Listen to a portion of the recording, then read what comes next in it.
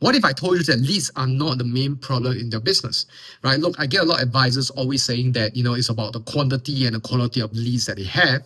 And the truth here is that it's less about that, but more of the method, right? And the approach that we take in reaching out to these leads. Because at the end of the day, if we do not know the method on how to get these leads to respond to us, all we're going to have is just a bunch of contacts that it just did, right? And so in this particular video over here that I've done in the sharing in the agency of more than 100 over advisors, I basically broke down exactly what's the method in the presentation. And I hope that this will be helpful for you in how we approach leads, whether are they from the cold leads or whether is it from your warm market. Enjoy. Again, the valuationship method, right? How to fill up your calendar with 10, 15 points a week, no paid leads, endless content, or paying for referrals, right? Just curious, how many of you here do semi-warm market?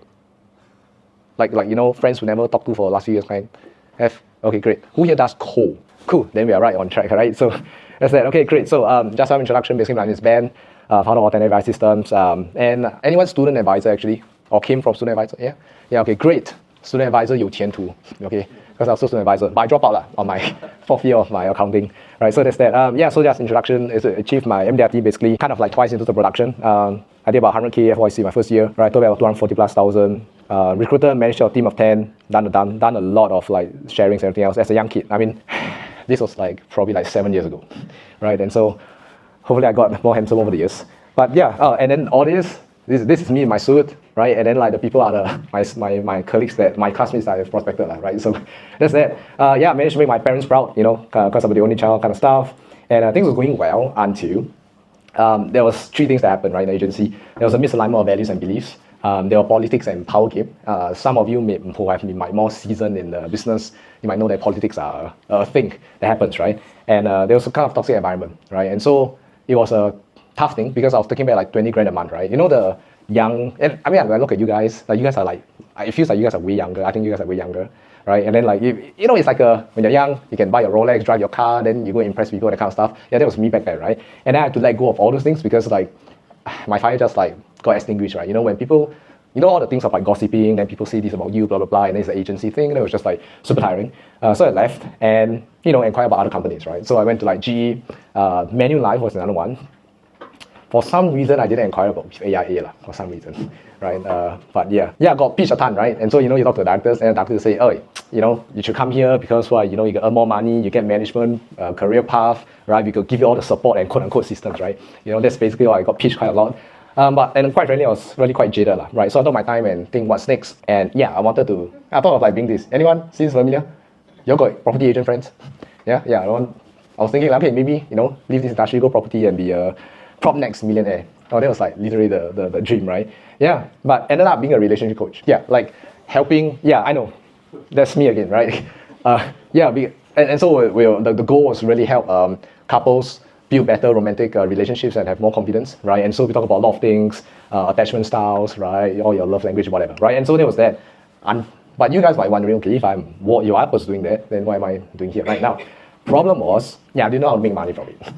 That's the honest truth.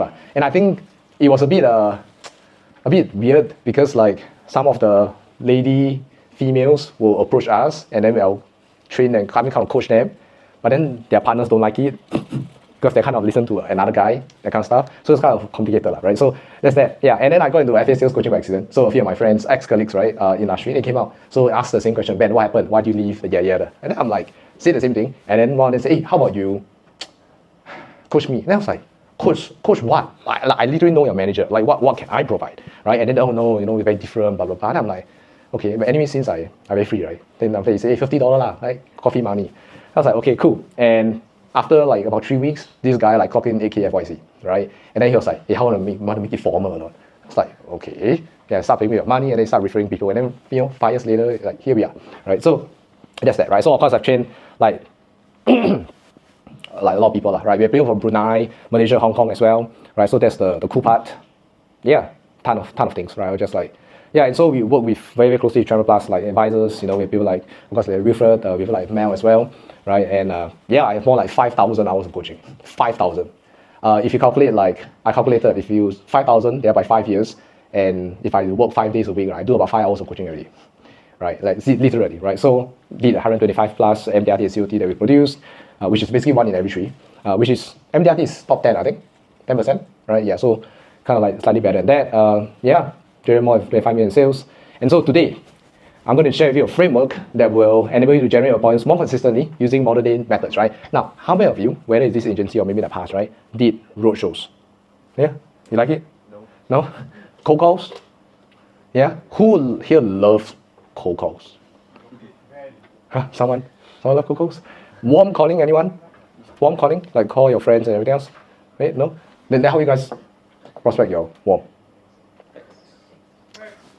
Text. WhatsApp, IG, Facebook, LinkedIn, or TikTok? Where? Telegram. Okay, yeah, Telegram. Anyone use social media to DM your friends? Yeah. Successful? Good? No. I mean sometimes. Okay, cool. So then today will be, hopefully will help you make that better, okay? So, oh, more importantly, right, I just want to say that I did semi-warm market and I used a lot of social media back then. Not in terms of posting content, but in terms of how to have conversations with people online, so I can get into like the offline conversations, opening, closing, right? And so that I'm going to teach you guys exactly the same thing that I've done for myself and our clients. And I think I tried cold call roadshows. I did roadshows at Expo, you know those mommy fair, baby fair thingy. Yeah, it was shit, man. It was really bad, right? You got to like pull people in, you know, that kind of stuff. Yeah, so I hated it. Yeah, right. So here's what we're going to learn today: what the valuation method is, why it gets you appointment, and more importantly, how to apply it. Okay, now at the end, I want you guys to, of course, take notes whatsoever, but at the end, I'll also give you guys, I'll send you guys after this, the entire flow chart of the methodology as well. Would that be good? Yeah. Because I think it'll be hard for some of you to see as well.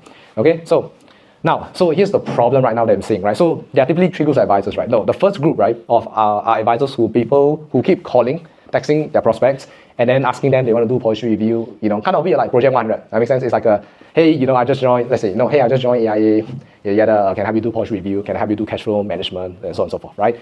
And then what happened is that, like, some of your friends will be like, you know, every 10, maybe 2 of them will say okay, and then like 8 of them will be like, hey, maybe not now, I got advisor already, so on and so forth, right? Sounds familiar? Anyone? Yeah? Okay, and then what happens for this group of people is that 3 months later, 6 months later, they go back to this same group of like list of prospects, and then they ask the same thing, but maybe ask, can help with something else, right? And then they get rejected again, right? And so then eventually this group of people end up having this problem called lack of leads or lack of appointments wrong, or run out of warm market, right? And so that's really the first group of people. Now the second group is that there's another group of advisors that they love catching up with friends, so you keep socializing, keep having like relationship building, everything else, but never end up in the opening appointment. Anyone had that feeling before? Yeah, you catch up, drink coffee, everything else, and then like somehow just doesn't turn into an opening appointment. And so you end up having a lot of BFF, but not clients, right? Which is kind of sad. And for these group advisors, it's like you guys actually care about the relationship. It's just that if it doesn't convey the opening, I mean, we got to pay the bills, right? You know, you got EPS, got all the things new validate, right? So that's also the next one, right? And so that's why we have the third one, which is like we're gonna have advisors who provide value, build relationships, get an opening appointment, plus high conversion of closing, and their clients thank you. Anyone want to be in this group? Yeah? Yeah? Okay, great. So that's that. So what is the valuationship method, right? So this is the method I'm going to introduce you guys. So valuationship is basically a method to turn value and trust into real business appointments, right? Like it's very important to take note, value and trust, and then into real business appointments. If you provide value and you gain their trust, but it doesn't convert into business appointments, then I mean, you must well work in a charity, right? You know, and this is just me being practical about it, right? So this is a 3-part process, okay? So you guys can take picture of whatever it is, but basically there's first part, right? So valuation is like number 1, you want to make sure that you're providing strategic expertise, not just providing value, but like you want to be strategic about like the value or expertise that you provide, okay? And I'll explain more what that means in a while. Then second is relationship equity, right? And then the third one is guided conversions, and then that's where you get high quality appointments. So for all of us to get high quality appointments, we need a combination of all 3 things. If you miss any one of these 3 things, then your conversion become a hit or miss, right? So, and I'll talk more a little bit, right? So basically, let me explain what strategy expertise gives, right? Means. So strategy expertise, right, basically means you want to solve real problems, right, with insights that position you as an expert. That's the important part, right? Solve real problems. And I'll talk about what the definition of value and everything means later. Relationship equity is that you want to build trust and goodwill through consistent, meaningful connection. And let me just touch on these 2 things. So anyone got this experience, right, where you provided a lot of value, have someone do policy review, have them do cash flow management, last time got adulting guidebook, I remember, right, and a thousand one things, right? How many of you have done that and then the person still don't really want to move on to the next stage? Anyone? Have? Right? Vice versa, do you have anyone that really build relationships? Right? And then it's like, even if you didn't provide value, but then somehow also can end up in opening and closing. Funny, right? Because then it be questions like, oh, means I can just talk with someone and then also can do opening, then don't need to provide value, right? Yeah, so the thing here, right, you need to have both. Because, and this is probably like one of the most important myths I love to debunk, which is this, right? If you only provide value, but the person doesn't really trust you or like you as much, it doesn't matter how much of an expert you are, right? And so for example, if let's say, I mean, I can say that I'm an expert in all these things, but if let's say I'm a total asshole, it doesn't matter how good I am, make sense? And vice versa, if you only build relationship and you are the best friend with these people, but they don't see you as someone of expert, they won't trust their money with you, make sense? And so, sometimes when you do like warm market or like, our parents, siblings, closer people, we could have a good relationship, but they still might not trust us with their money because it's two separate things, right? And sometimes who prospected their parents before? Yeah, so then investments, accumulation, anyone, retirement? Yeah, how many of you got this thing of like you're still a young person, how much you know about money, that kind of stuff, right? Yeah, just because like you guys have a good relationship doesn't mean that you're expert and they want to trust you. So you want to have both. Since you want to have both. Okay, so that's that. And then guided conversion is the structured process to how to lead naturally to the next opening appointment. Now, this one, most people don't know how to do this. And so what tends to happen is they catch up with someone, right, have a relationship kind of coffee talk, and then they try to kind of like angle the thing to get an opening. But then sometimes it might come out wrongly, and then it burns the relationship a little bit because the person is like thinking, also you meet me so that you can sell me or you can open me up something, right? Anyone kind of like been through that boo-boo before? Because I definitely did, right? And it sucks, right? Because it's hard to kind of go back to them again, even if you catch up with them, right? So follow up is hard, right? So that's basically three things I do. And strategy, expertise, and relationship, I give it as you want to think of it as like you're giving value to someone, and then the guided conversion is the one where you ask for something. So that's basically like the whole 3 points, right? So next. So once you now do this, you'll have these three really key benefits, right? Of like enjoying the process, not the outcome. Stand out in a saturated market. Now, the second one is super underestimated because, right, most advisors don't know how to do this well. And so they end up just being like just another advisor in the market. But if they know how to kind of like, anyone knows what's the easiest way to stand out? Don't need strategy on. What's the easiest way to stand out? Any answers? Here, guys. No wrong, no right answers. How do you stand out in a competitive market? Authenticity, okay, good. What else? Who here got pink hair? No? There's no way to stand out. Anyone? The easiest way to stand out, and you guys can, this is like a simple quote-unquote strategy, but it's the simplest thing ever, which is you look at what everybody else is doing in the market, and then you don't do it, or you do it the other way around. So if you think about like advisory space right now, right, what are most people doing? They are doing like, okay, I'm going to do like Project 100, I'm going to keep calling them, I'm going to keep texting them, I'm going to send them a bunch of like tariff news, right, and everything else, hopefully we can get an appointment from there. Like this is what most people are doing. And it's not wrong, right? It's just, I mean, everybody here is earn money and make impact. God bless you. But actually, God should bless me too. Right? Yeah, but the way to stand out, right, is to do things that's not that. And that's the easiest way. Okay? So, and then you generate performance easier, faster, right? But first, anyone know what is value? This is a question I love to ask. What is value? Come on. Pretty sure if I go to some of your Instagram stories, right, you will say, provided value to my clients today. Confirm it. Anyone, drop, what's the definition? What's value to you? Because if you don't understand what value is, then we might not be able to provide that to the prospect and we might not be able to convert that, right? Anyone? What is value? I see. Okay, never mind. After this, you all will know already, okay? Then you'll see any other advisor say provide value, you can ask them, what is value? Right, they all say stuff. Okay, so let's talk about value, right? And so we define value, in our terms, we define value as solving a problem that the other person cares about. This is like one of the most important things. Solving problems that the other person actually cares about. Not what you think they need, but what they actually want it to be solved. And if you look at the third statement here, right, is this. If you solve a problem that the other person don't really care about, it's not valuable, it's beneficial. And that's the key difference, right? So I'll give you an example. If all of us here have prospecting issues, and you guys want to get more appointments, what will be valuable is me trying to solve the problem that you guys have. Make sense? If I come here and I say that, okay, hey guys, I'm going to talk today about how you can be a better partner to your relationship. And I'm going to bunch of things. It could be beneficial, right? Because you guys will be like, oh yeah, I didn't know that, blah, blah, blah.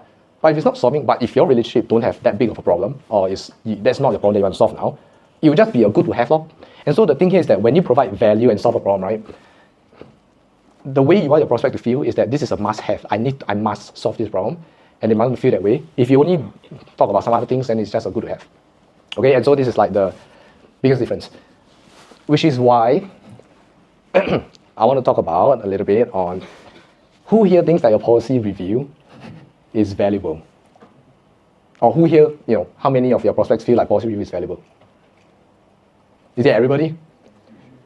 Okay. Do we agree that as advisors, we know that policy review is actually important?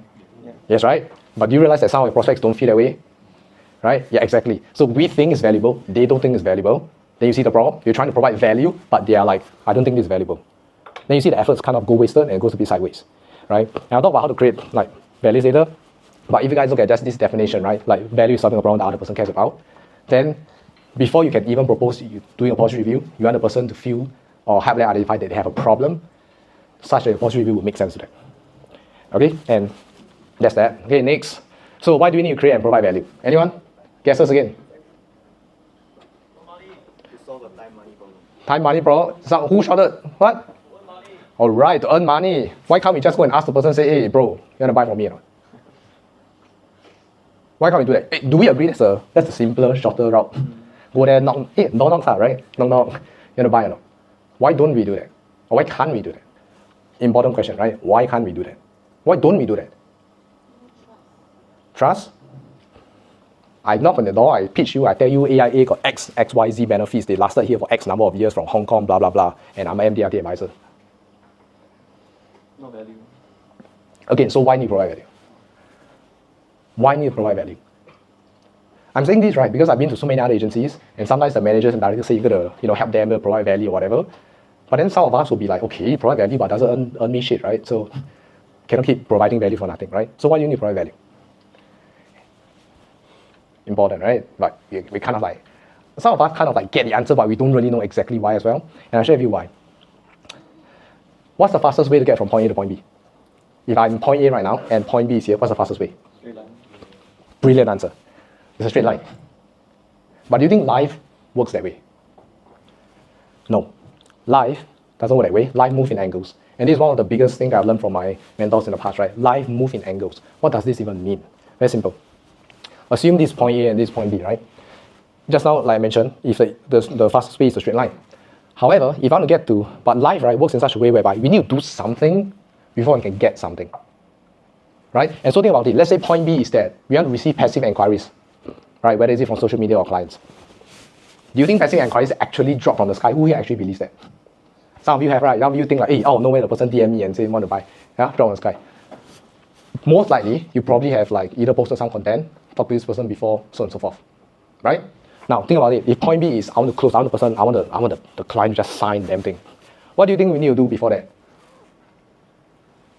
Talk to the prospect, fact find, do opening, right? Find problem pin, and a ton of other things, right? So it's like realize, right, that no matter what we want in life, we need to do something before we can get that, right? And this is one of the most important things that we gotta understand. And while I'm saying this also because who here got faced through sales pressure before? Not by your leaders, but just like kind of like you feel like, hey, you're not hitting your quota, not hitting your targets, feel like you're lagging behind for the month. And then what do you think your mind thinks? Just how to get that shortfall, right? What's the fastest way to get there?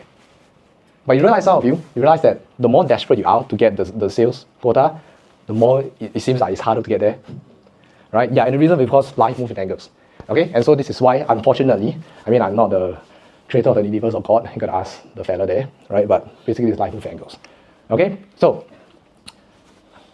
so that's why if you want to earn money, we need to give value. And there are two types of value, right, like I mentioned. So it's strategic expertise, so policy review, tax planning, asset closure, shield premiums, increment, and then it's relationship equity. Now, this one, important. Why relationship equity? Why is this a form of value? Why is this a form of value? This is the one, I feel like most younger advisors, they focus a lot on this, but then they don't care about relationship equity as much. But this is actually one of the more important ones, right? And what do you think is the biggest desire in any humans? To be heard. To be heard? Good. Very warm. What else? Understood. Right? To be understood, to be heard, to be appreciated. Yes. And it goes back to one word, it starts with A, it's basically attention. Everybody, the greatest need, right, for human, right, is that they want attention. Not in a flashy way, you know what I mean? But sometimes we just want people to hear us. Like if we are falling sick or if we are tired, we want someone to care about us, yes? We all want attention. And so attention is a thing that everybody wants. It's also the same thing that everybody lacks. Just imagine this. If every day you got 100,000 followers on your IG, every time you post an Instagram story, you get like 20,000 views and always get 5 DMs. Would that be great? Yes, right? Yeah, but that's because but why don't we have it? Because we don't have attention, right? And so again, everybody wants attention. Why do you think people post on Instagram stories? You know some of your friends, they post Instagram stories. Why do you think they do that? They just want attention. That's basically the point. Don't believe me? You go and find your friends who are not advisors. You just imagine if they got 0 followers, do you think they'll still be posting every day? Probably not. They post it because they want the attention. That's the whole point, right? And we need to understand this about human, because I believe like Wilfred, AW, you guys are pretty good at the strategy expertise part, right? Like this and that, cash flow, whatever. But this part is the one that needs to, is under index, right? You guys need to bring this out a little bit more, okay? And so this is relationship equity. Now, one of the things I'll talk about is like presence, time, energy, and money, right? Is that, sometimes you do catch up with people, feels like a waste of time if you don't see an RI, right? Or sometimes you rather do Zoom sessions because it's more efficient. Can you imagine that you are your partner or you are a parent right now and then you want to take care of your family and everything else but through Zoom? That's kind of weird, right? Like the time is still there, but the presence isn't. Make sense? I mean, I can do the same thing about it. I can do the same delivery through my YouTube video and then you guys can just watch it. Right? But just different when someone is there. Same thing when you hear J Cho on YouTube versus watching a concert. Same damn song, right? I mean, I have nothing against J Cho. Just that my wife, my partner here, right? She loves J Cho. I just sing a title of J Cho, right? So, but in short, right? Like you realize there's a difference, right? And so you guys want to make sure you give your attention and your energy. So this is the money maker equation. Where's the guy that loves money, man? One guy huh? Okay, good. Okay, money is great. So, honestly, as much ever when I was younger, it feels like but we always talk about V-value, that kind of shit. Yeah, but you need to be practical. Okay, you gotta earn money. Money pay the bills. Money gets you your Rolexes, Chanels, and everything else, give your parents a better life, right? So money is important. So this is the money making equation. So follow me, follow me. Next 5 seconds on this. Everybody have goals, yes? Business class, whatever you want. In most of these goals requires what? Money. Okay? In order to have money, this means we need commissions. Commissions come from sales. But think about it, sales, right? Who is the one buying? We buy or the other prospect buy? Prospect, right? So we need people. Okay? But here's the thing. Every one of us got people. You all got Instagram followers, all got leads, right? You all can buy this, whatever. But people not enough. We need appointments. Because if they don't meet us, no point for their existence also. I mean, practically speaking. Right? And so how to get appointments is we need to show and provide value. Important, show and then provide value. Okay? These are 2 things that we're going to dive into. Okay, but this is a money making equation. Does everyone follow this? Yes? Yes? Okay, great. So hopefully this also kind of debunk the leads issue. Right? Yeah, because some of us actually do have people, it's just that we don't know how to get appointments from them. And therefore we feel like we have no choice but to go from warm to referrals to go market. Okay, so that's a money making equation. So if you can always find problems and solve them for others, aka providing value, you always have appointments that lead to sale. Make sense? Right? Because it's all about solving problems. And so you must always, and this is something I do for myself even today, right? Even with our clients, I had to keep talking about the money making equation. Right? Instead of asking how can I get appointments, I'll start asking how can I solve problems for this person. This is a bonus one. You guys can write down these 2 questions as a daily mantra for you guys every day, especially when you guys feel stuck in sales. The first question is, what problems can I solve for this person today? Right? You look at a lead, right? You ask yourself, what problems can I solve for this person today? It could be financial, it could be relationship, doesn't matter. What problems can I solve? Now, first question is not enough after you answer it. Second question is also important. What can I get out of this? What can I get out of this? Right? And these are 2 questions that I ask.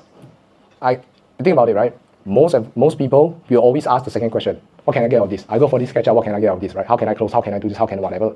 That is not a bad question. It's just not the first question that you want to ask. So you ask the question before. What problems can I solve? If I can solve this problem, then what can I get out of this? Right? And these 2 are the things that it helps with the brain, to rewire to get more sales. This kind of idea. Okay, so let me talk about this and I'll go into the 5-stage process that I'm going to share with you guys about. And I'm going to give you guys a flow chart. Okay, so I don't know if you guys can see this, but you guys maybe want to zoom in on this. So you hear me over the first 20-30 minutes talking about value, blah, blah, blah, and everything else, right? I want to give a more practical approach on why we even do that to begin with. And it all goes back to competition. Okay, so at the top you have social appointments. So these are basically the type of appointments that you can have. Okay, there's social appointments, value appointments, fact find opening appointments, proposing, policy review appointments, there's follow-up appointments, there's closing, and then there's client check-ins, right, or reviews they can do for them. So these are the type of appointments they can have. The thing here is, let me ask you a question. Which stage do you think advisors would like to go to? Your colleagues in your advisor friends in other companies. Which appointment is the one that you think they would like to go for? Like to go closing, and then what's the second best? Okay, we just assume this one is clients only. You talk about new prospects. Ideally, like to go closing appointment, right? But if you cannot get closing, what do you think they go for? They go for opening appointments, correct? Because it will be so great. How many here do a 2 appointment close, or 1 appointment? Okay. Some may do 1, 2, some maybe 3 right? The whole point is that the first appointment is usually opening appointment, right? You share concept ask problems ask questions yada. Problem here is that this part and this part here, right, usually have a lot more competition, a lot more, which is why a lot of Singaporeans are sick and tired of advisors calling them, asking them for like opening, appointment, right? Even if you are offering policy review, but they feel like it's opening, then they're just going to feel like it's a no. Or if you just try to close them, the closing appointment, you guys might be thinking, who straight away ask for closing appointments? Very simple. Anyone here or AIA got single premium tranche products? Yes? Yeah? Promotions on a particular plan for the month? Yeah? Some of us send messages and broadcast it out before, remember? I mean, maybe you guys have, maybe you guys didn't, right? But if you send out and say like, hey, you're interested in putting half a million into this 3% fixed D for the next 3 years, those kind, that's what you're really going for, it's called closing appointments. Right? And all these things have a lot more competition, which is the reason why it's practical to just go for the social and value appointments. Right? And if you look at the percentages, 67, 33, and 3%, right? What it means here, and this is true for practically every market in the whole world, is that 3% of the population right now ready to be closed. These are usually your passive inquiries. They reach out to you, say, hey bro, I want to find out about this because I got a baby. 3%. 33% of them are in the opening, kind of follow-up, kind of like policy review, then a little bit here and there. Most people, however, are not ready for this. They are not ready.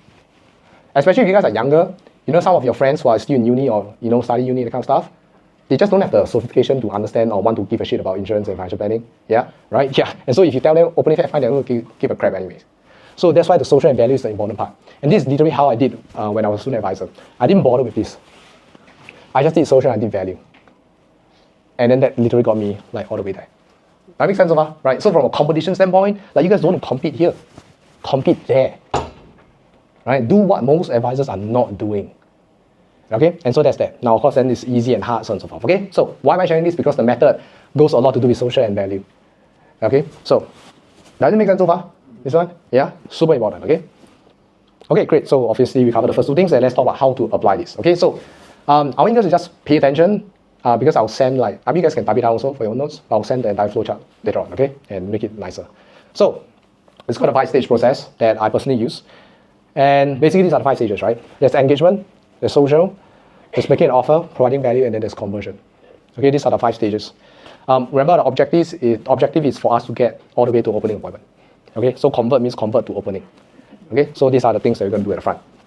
Again, like I mentioned, there'll be 2 groups of people listening to this. First one is never heard of this before, I'll try it. Second group is like kind of doing it, but this gives me structure. Okay, so you just decide which one. Okay, so basically there are 5 stages. Let's talk about stage number 1, which is engage. So engagement. Okay, so caveat. I am assuming that most of us here, if not all of us, uses social media. Who doesn't use social media? Don't be shy. Or use that. Okay, great. So then it'll be a lot easier. Just curious, who here uses Facebook? Okay, uses Facebook for prospecting. How young are you guys? Very young. How? I'm 31. Oh, okay, this year. Yeah, this year. All right, high five. You? 34. Okay, cool. We kind of know Facebook, right? Facebook, we kind of know Facebook, right? Yeah. But you see the rest is probably Instagram? LinkedIn, anyone? LinkedIn, Instagram, LinkedIn? LinkedIn is like a up and rising star, you know what I mean? Right, LinkedIn, by the way, LinkedIn is more social now. LinkedIn used to be very professional, right? It's a lot more social now. So I almost view them as Instagram and LinkedIn is kind of the same actually, right? Yeah. But of course, by the way, side joke on the LinkedIn one, you have a lot of like people, like those directors, right? They post a lot of things, and then the people who comment are the same group of advisors. They always like comment, yeah, and don't get any leads, right? But anyway, just saying. Okay, so let's okay. The method I use can be used across LinkedIn, Facebook, if you are not as young, right? Instagram definitely as well. Okay, so I personally use Instagram, right? So let's talk about engagement. Okay, so there are 3 parts here. Now I want you guys to just focus on like the top three, the three things there, right? So the first thing you want to do is that every time you want to look at your Instagram or your Facebook or LinkedIn, when you open up, right, the first thing you want to do is you want to engage all the people there on your IG stories or on your newsfeed. Okay, you want to engage them. Why? Very simple. Remember what I said about people, what's the biggest thing that we want? Attention. So what are we going to give them? Attention. Exactly, right? That's the main thing we're going to do. And I'll explain why later if you guys want to understand psychology. But you want to engage them, okay? Engage their stories, engage the posts. And so usually I'll go horizontal, then I'll go vertical, right? And so horizontal is like, I see all the stories, I'll just press next, comment, and whatever. How to engage them, right, is you see the third box there? How to engage them is very simple. You want to comment, or you can compliment them, and followed by a question. Followed by a question, right? So for example, I don't have an example here, but just think about it. Imagine you're scrolling on IG, and then after that, this friend of yours have this cute little multi-poo that is like jumping around because he just bought the dog, right? And then comment/compliment will be like, oh my God, your dog is so cute. Okay? That's what most of us might do. But you need to ask a question after that, which is, how young, how old is the dog? Where do you buy it from? Blah, blah, blah. You must always finish off with a question. That's how you engage them. Anyone want to give a guess? What's the reason why we always make sure you have a question after that? Reply. Sorry? Reply. Reply? Who else? Yeah, you want to make sure you reply. At the end of the day, you want to have conversations. That's the whole reason why we always ask a question. If you don't, right, you know, what do you think your prospects will reply if you don't ask a question? Dude, thanks is very good. You know what you do? They will double tap on your comment, on your message, right? Then you get a heart shake, correct or not? Then guess what's next? Nothing. Right? So you must always make sure you ask a question. Always. Because the whole goal is to have conversations. And you guys can also put this down. The way to warm up a relationship is through conversations. If you think about people whom you're closer with, it's usually through conversations. Like the frequency of conversations is a lot higher. Right? And so we have someone whom you have not spoken to for the last 5-10 years, army, poly, that kind of stuff, right? They're kind of cold, but they're not exactly cold because they kind of know you. You want to warm them up first by through conversations, right? And so you want to comment, compliment, and then ask a question. Always ask a question. Okay? So the whole point, the main outcome here is you want to warm up a relationship through having conversations and small chats. It's called online rapport, if you call it, right? I mentioned what they want is attention, and this is the part. Anyone read How to Win Friends and Influence People? Dale Carnegie? Yeah? I always remember he said this, right? In order for others to show interest in what we do, we must first show genuine interest in other people. This is like the most important thing, right? Do you realize this goes back to one main principle I talked about just now? Which was what? In order for others to show interest in what we do, we must first show interest in others, right? Remember I talked about life move in angles? We want them to give interest, give a shit about who we are, the business that we do, and what we can do for them, right? Before we can get them to do that, we must first show interest in them. That's basically like, again, the same thing, right? Again, it would be so much easier if I just put an IG story, say, guys, anyone want to buy something, and they just say okay, right? But it doesn't work that way. So, okay, who here does this so far? Or like did this kind of did it in your own prospecting? Yeah? Okay, great.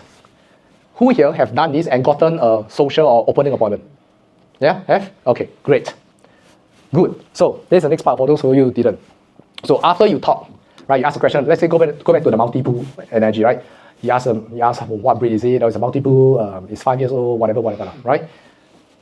This is where most people get stuck. Because then it's like, okay, I show interest in their dog, right? But to go from dog to, hey, let's catch up, a bit far. Right? Cannot be like, hey, by the way, I want to catch up. kind of weird. This is a bit too far. So then you want to do, right, is this. You by the way them, and then you move in the topic of their personal life. So it will be like, talk about the dog, right? The dog fur, the dog hair, which vet they go, blah, blah, blah, whatever, right? Then the conversation carry on, kind of still continue. Then you, hey, by the way, how's life? How's work? How's whatever? Where are you working? Blah, blah, blah, everything else. So you convert from there to a more personal life about them. So from the dog, you go to them, right? Because it's easier from talking about them to get opening or social as compared to dog to that, right? So that's basically like how you want to talk about it, right? So at this point in time, one pro tip I will do is that sometimes you comment their stories before I ask them about like how's life or how's work. I'll go through their stories, I'll go through their Instagram posts, and I kind of get an idea of like where they're working at, kind of like what they're doing, right? And then I'll just, hey, by the way, like how's life, how's things been? It's been a while, right? Then you carry on the conversation from there. Okay, so I'll give you the most clear-cut energy after I explain this entire thing, and you guys will get it.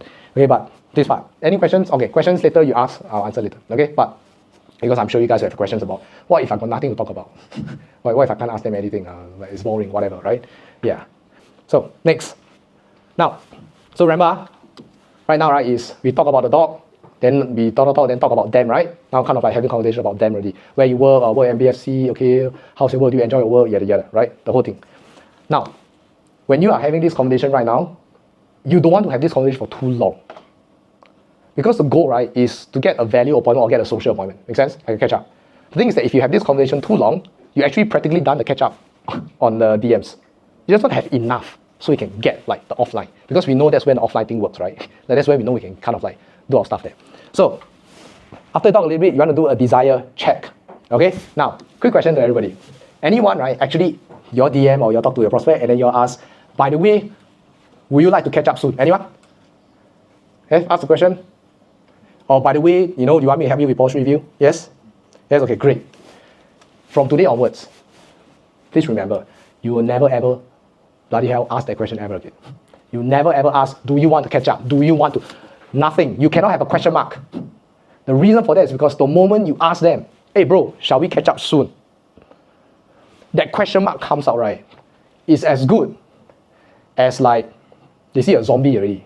Like apocalypse happening. You know why? Because every time, you know the Singaporean thing, if an advisor asks you catch up equal to what? Want to sell them something, right? So you never ask them, do you want to catch up? Or do you want me to help you with this? Not in the DMs. Not in the DMs. So then your question is, how do you then still get catch up without asking? Very simple. You suggest. You make a suggestion. And so instead of texting, hey bro, like, you want to catch up soon? You change it to, yeah, anyway, bro, it's been a while since we should catch up, since we last caught up, we should catch up soon. Send. It's like you make a comment, hey bro, it's been a while, let's catch up soon, man. Then send. No question mark, just send. Why you do this? Because you want to do a desire check. This is where you test water. Because once you say this, right, there's only one or two responses. Number one, they say, yeah bro, sure, let's do it. Aha, then you get an appointment. Second one, they'll tell you, hey, a bit busy. And this few weeks a bit busy because I'm going overseas, I got work. Then you know what? Okay, if someone tells you that, then what you do? Sorry? No? Anyone? If your prospect say, hey, I'm a bit busy right now. Love to meet, but a bit busy right now. What do you guys say? Say again? When's better? When's better? Okay, good. Who else? When are you free? Great. You set what we call a tentative appointment. Right? And then you say, this is how I do it. I'll be like, hey, you know, yeah, hey, no problem. I'm also a bit busy this couple of weeks. Shall we do it in May? Maybe third week of May? Would that be better for you? You set a tentative appointment. You set the appointment first. Even though it's far away, even though you know got a chance that that appointment might not happen, right? Because it's a bit far. But here's the thing, when you set an appointment now, as the time gets nearer, doing a confirmation is easier than setting an appointment, right? Because it's like, hey bro, let's meet up third week. Okay, steady, let's meet on a Friday. Then okay, great. Then as the time goes, right, I say, bro, I'll see you next week. Then it's just confirming, right? As opposed to, hey bro, would you still want to catch up next week? It's a lot more of a higher barrier. Make sense? So that's why you always make a tentative appointment. Okay, but basically I mentioned you desire check. Either they say okay, they say tentative, or you know what's the third response that you guys might get sometimes? Blue tick. And in IG's favorite words, or the words that we hate, scene. We hate the scene, right? Yeah. If that happens, if that happens, right, it usually because of one of two reasons. First reason, they actually read your message, but they're the kind of people who read first, then reply later. If that's the case, you comment on their stories again, right? So you bump it up, right? The second group of people are people who actually don't want to meet you. They kind of still not that warm yet, right? And then what you do, you still carry on the conversation from there. But you realize, right, that you didn't burn any bridges because you actually didn't ask them would you like to catch up. They just didn't reply to that, right? And what we've seen so far, right, is that when you didn't ask the would you like to catch up, and then they ignore the message, like they ignore the let's catch up soon message, when you talk to them again, right, they'll actually reply you, but they'll just ignore that let's catch up soon message. What it means or what it says or implies means that they're still interested in the conversation, they might just not be ready enough to actually do a catch up with you. And so what we want to do is that we're just getting one step nearer to that. Make sense? Right? And so that's basically like the whole point, right? Now, once you set appointment, then you set date, time, location, exchange number, and drop text to confirm. Okay, that's basically like how it is. Anyone knows why you need exchange number? Do we agree that every time you talk to someone, you always get a number, then you text them, then you all meet up? Anyone knows why we don't set the appointment through the DMs and then continue the conversation through the DM? Everyone's flooding the DMs. Good. But if you think of psychologically speaking, remember last time when we were young, our mothers or fathers, they say, don't anyhow give strangers your number, correct? And so what you're trying to say is that when you exchange that personal number with someone, it implies that deeper sense of trust. And that's the key part, you see. And so what we're trying to do is that this person is like 5 years never talk to. We're trying to like warm up the conversation. Let's get a number. And then let's do the meetup. And then from meetup, let's get the opening. That's basically the entire thing. Right? Because if you don't know how to do this, then you just stuck with the, the 33% of people, which is the warm up. Okay? Like I said, you guys just wait for my energy and you guys will get this entire process ready. Okay, but so far all okay? Yes, huh? Okay, good. So, yeah, this is kind of like an example. Yeah, so it's like, you're just talking. Then it's like, hey, that's good to hear, man. I've been good, lots of changes since we last met. We should grab a meal soon to properly catch up. Haha. Right? That's basically the statement I'm talking about. You don't ask a question, you just state. Right? And then after that, then after the reply was, yes, yeah. Of course I'm down. And then that's where you get avoided. Right? Now, in other cases, they might not, like I mentioned, they might not reply you straight away, say, let's do it. So you got to talk to them a little bit more. Right? But that's kind of like how the BRD is. And so that's that. Okay, so we're done with engagement. Then let's talk about social appointment and make offer. This part, by the way, fun fact, every day when I was an advisor, in the morning and at night, I do this, like right after I wake up, I do 45 minutes of this. I wake up from my bed, like on my IG, right? I just keep do the same thing. Then over the day, I will document my Instagram stories. Then at night, right, 2 things will happen. Number one, I will have more stories that I can comment again because people will post. Second thing, my inbox will be full also because they will reply. And then guess what? Next morning, do the same thing again. And again, and again, and again. Right? And that's basically like how I did the prospecting last time and build conversations. Okay, so now let's talk about social appointment. So let's say you get a social appointment, right? A person say, let's catch up. Anyone does catch up or did catch up so far? Yes? How will you actually like the catch ups? Hey, no one raised hand is a problem, Where's Wilfred?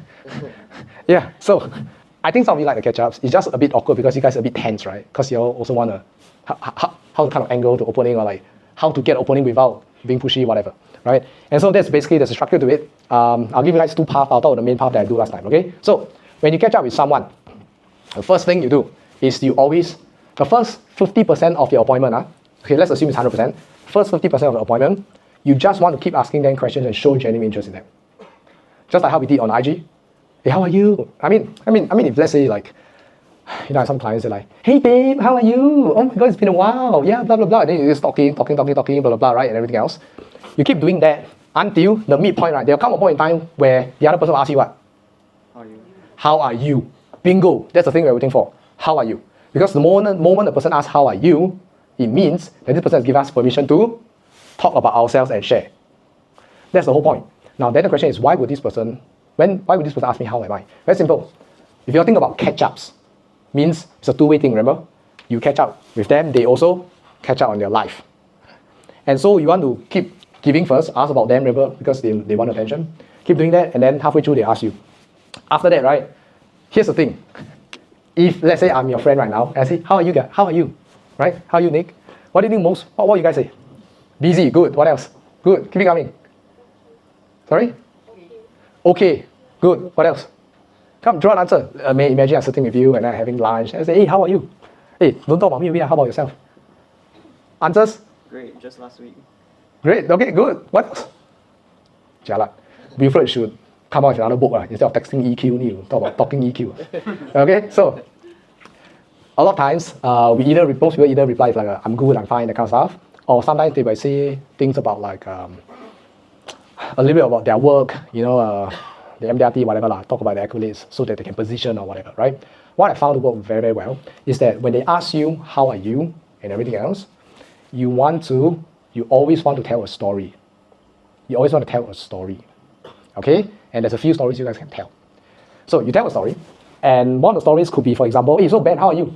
Well, bro, I've been busy, man. Recently, last week, I just did a claim for one of my parents' mother. You know what happened?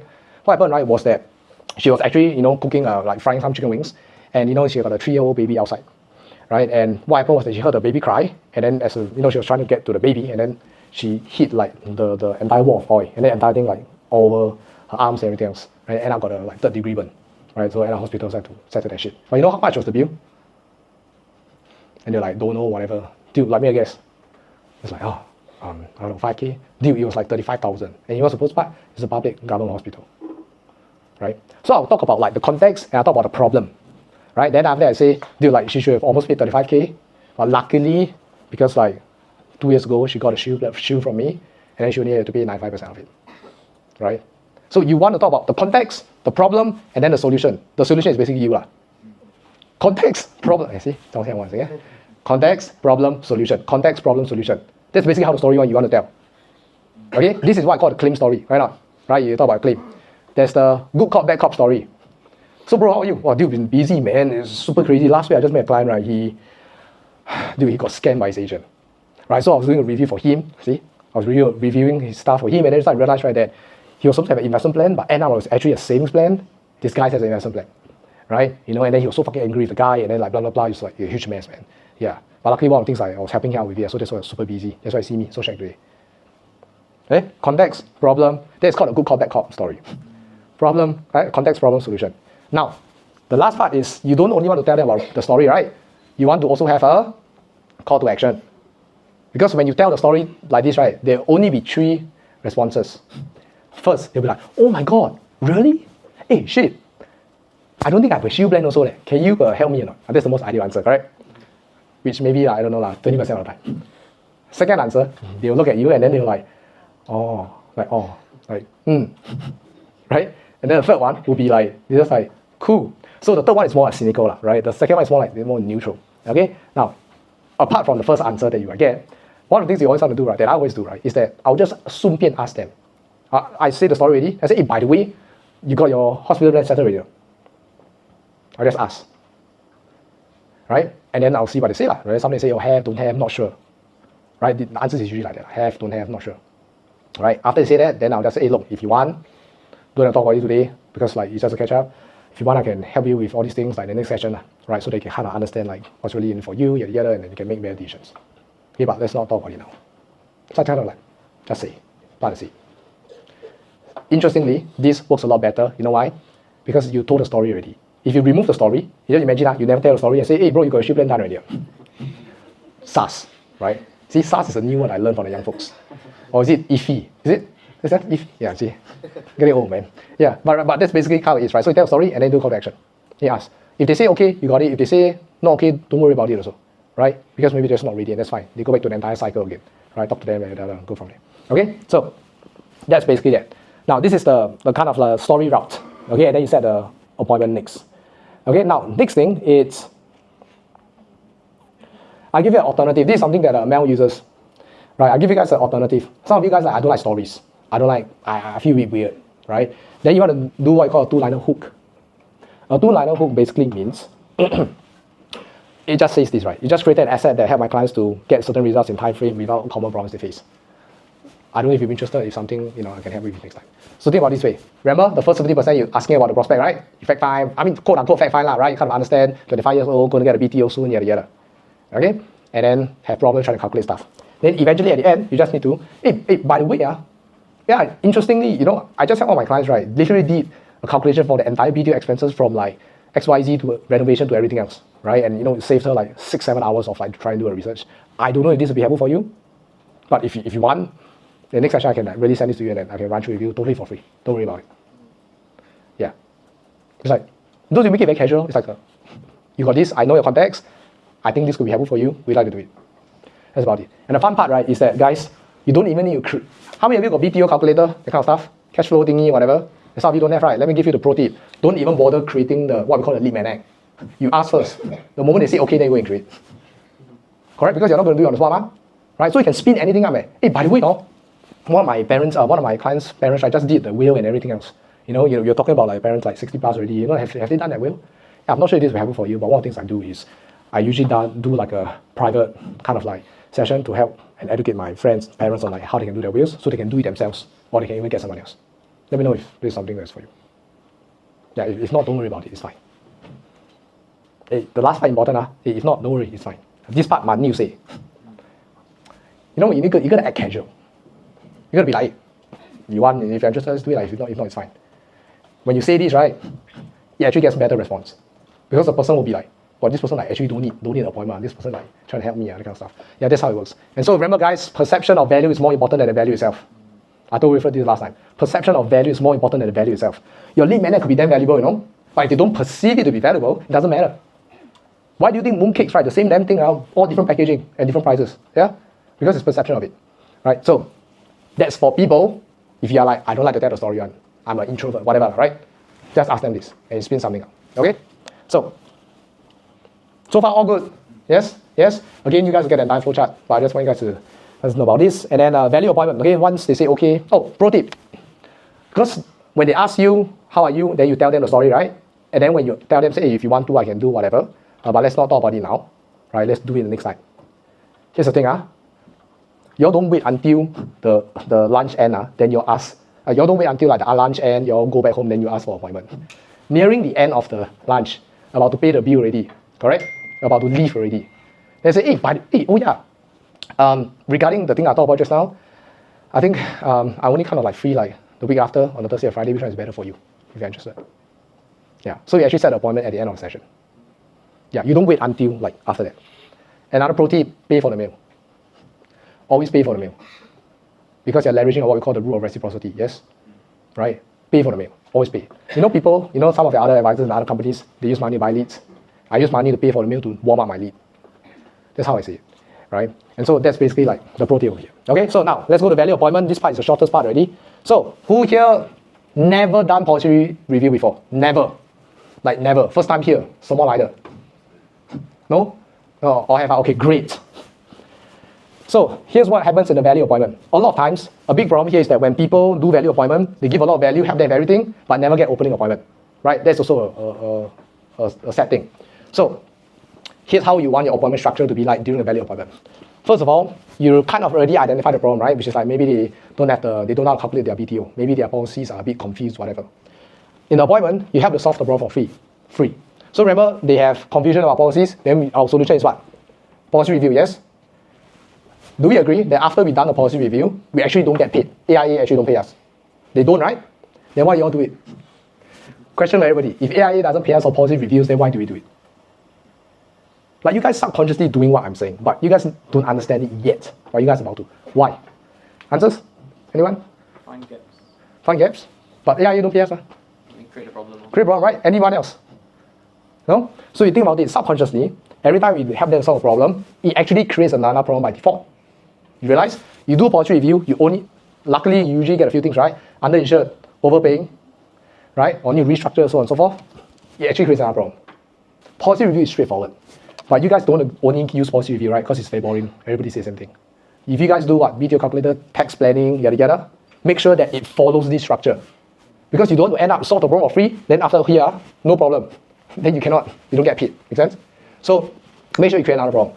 Right? And then once you create another problem, and then you offer a solution. So if someone says that you tell that person you're underinsured, overpaying, whatever, would you like to restructure a policy? I can get you more while paying less. That's when you get paid. That's when we get paid. Yes? So that's literally like how Lead Manex works. So this is just an example of the policy review. Okay? Then offer them plans. Cool? So the beauty of this, right, is that you guys are already doing this. The problem is that you guys sometimes might either number one, start with only policy review that you can offer, or have another thing you can offer but doesn't create opening. Right? So that's basically that. Okay? Now, in summary, that's basically how it is, right? Engagement, get a social appointment that could lead to a value. Sometimes the engagement could lead to a value appointment. Right? Sometimes you're talking to someone on IG, and then they out of nowhere say, hey, Mel, by the way, you work in GE, right? Yeah, my agent just left. Can I, whatever, that kind. Sometimes it could just lead to a value appointment. And in this case, the value appointment is you do a change of agent form, right? That's the value, right? But of course, then we'll do policy review, do consent, then we sell them again, right? Then opening and closing. Cool. So that's basically TLDR of this. Okay, now of course, just to let you guys, I won't run through this, but basically we have people like Jared. Basically, it was like he did the same thing that we thought, and then within 2 weeks, managed to get schedule appointments, meet 3 people, feeling great. And the important part is not only about appointments, but about the fact that he said that connecting becomes more enjoyable without expanded agenda. Right? I think that's the important part. Because at the end of the day, we want sales, yes? Give me a yes if you guys want sales. Yeah. Yes, right? But we also don't want to push you also, correct or not? We also don't have like agenda, like, we go there so that we can, it's not a good feeling, right? And so that's basically what the process I have with. Roy managed to get 2 catch up. Oh, by the way, these are people who are like 22, 23 years old, right? I think it was 23 years old, right? Their friends are students, yada yada. Terrence as well, so on and so forth. Okay, now, I'm not gonna, this is one of our clients, right? Oh, by the way, she was saying that, hey, anyway, small win, she was saying, sorry, my appointment overrun, closing appointment for Instagram. And that's like, anyway, small win, I set 5 appointments for Instagram. Just now we talked about warm market, right? She was doing cold via IG with the same principles and the strategies. So if you guys ever one day decided that, I really run a warm market, semi-warm, but you don't want to do cold calls, you know, roadshow, everything else, LinkedIn, Facebook, Instagram works as well, right? And so that's basically it. Now, of course, you know, we have Maya, people who are like, I think she was like 14 years in the business, 14. Yeah, she definitely used Facebook, right? So that's for sure. Yeah, then, you know, Mira, so on. Now, I'm not going to run through it, right? Okay, but here's the thing that everybody might have a question, right? But not everybody is going to meet you, right? Now, even after we execute the process 100%. And so, ladies and gentlemen, I'd like to introduce you. Ben Fam. This one, write it down. Okay, it's called Ben. Write down first, Ben Fam. This is an SOP that every single advisor, probably Wilfred, every top producer that I speak to, right, always have this. It's called Ben Fam. Now, it's nothing crude, by the way. Okay, it's Ben Fam. Ben Fam stands for book a meeting from a meeting. Book a meeting from a meeting. If I give you advisory terms or language, is at the end of appointment, you must always set the next one. Always. Always. Doesn't matter if this person is prospect, you catch up already, you want to set what? Either a value or maybe an opening appointment, right? But if the prospect say, hey bro, I think it's okay, I don't want to do the opening, I don't want to do the cash flow, what do? You Ben Fam to another social appointment. Hey bro, don't worry, let's catch up soon. Maybe like a couple, 3 months from now, whatever, right? They do the best to set an appointment. Someone finish first opening appointment with you. What you know what to do, right? Set the next appointment for closing. After closing, what do we do after closing appointment? No answers. After closing appointment, you guys must always have what I call an onboarding appointment. So this is where it's not only to meet the client to give them the damn policy review file, okay? It's to meet them, run through their expectations, how's the working relationship going to be like, what they should expect from you, right? You know, plan the referral seat, yada yada. That's kind of like the onboarding appointment. After onboarding appointment with your client, what do you do next? Jialat. Set a review appointment, yes? Or set a cross-sell, upsell appointment that you're planning to. So you realize that no matter what, your client or your prospect must always have an appointment on the calendar. It could be 6 months from now, doesn't matter. It doesn't matter if it's 6 months from now. You want to be a calendar. You know why? Because for psychological purposes, it helps to prevent you from feeling like shit when you look at a calendar and it's empty. Make sense? Right? Because when you start filling out all these appointments, 3 weeks now, whatever, right? As the time goes by, your calendar gets more full. Because nobody, imagine you only set this week, then next week, empty. Then you're desperate, right? Then you're like scared and everything else. So always do Ben Fam. Okay, so yeah, that's book a meeting from a meeting. Okay, now a couple of things to wrap up the entire process, which is remember that your prospects don't travel in a straight line. Means to say, right, they don't go from social to opening to closing to client and then to become high net worth client. It doesn't work that way. They go like that, right? Is Wilfred here? I don't know if Wilfred is here. But basically, right, how many of you have seen my ads? Our ads? Yeah. Any ads that you like? Onion? No? Yeah, okay. I don't know if you guys saw one. I was in the suit, I was running in the hot sun. I guys saw it. But anyways, yeah, so the thing is, some of you have seen my ads before. Wilfred have kind of known me for a few years already, right? Like in terms of like seeing, but we have never like talked to each other. And then it was like, I don't know where, like Mel talked to him and then he talked to me and then like somehow like, you know, you're working together. So like your prospects don't travel in a straight line. Now, ideally, you don't take 4 years or 5 years before the person reach out. But the whole point is that some will be faster and some will be slower, right? So prospects don't travel in a straight line. This is the key quote of the day. Prospecting is a process, not a one-off event. Prospecting is a process, not a one-off event. Okay? The reason why Project 100 doesn't last is because we see it as a one-off event, right? Name 1 to name 100, we call everybody, after that, done. But we see it as a process, it's like, okay, contact, never, okay, go back up again, contact, never. You want to see your process as circular, not up and down. Okay, so that's that. And yeah, 6 success principles, okay, which I'll wrap up already, which is number 1, be more than an advisor because your value extends beyond that. If you just be the strategic expertise, just only provide value in terms of the financial side of things, then you're competing with everybody here, including the person next to you in this room, right? And so you have to be more than an advisor. Every day make someone's day better, make them feel important. Number 3, be genuinely interested. Give people what they want is the only way that you can get what you want. Okay, so next, yeah, this is something that I read to our own clients and read to myself also, which is like, be of service, be useful. The law of value and compensation is an immutable law. Okay, anyone read Go Giver, the book? No, great book. You guys go and search it out. Go Giver, great book. Very easy to read, right? You guys will enjoy it. Number 5, a lot of our clients like this statement, which is childlike curiosity and dog-like enthusiasm will get you into doors 90% of the time. The remaining is your expertise.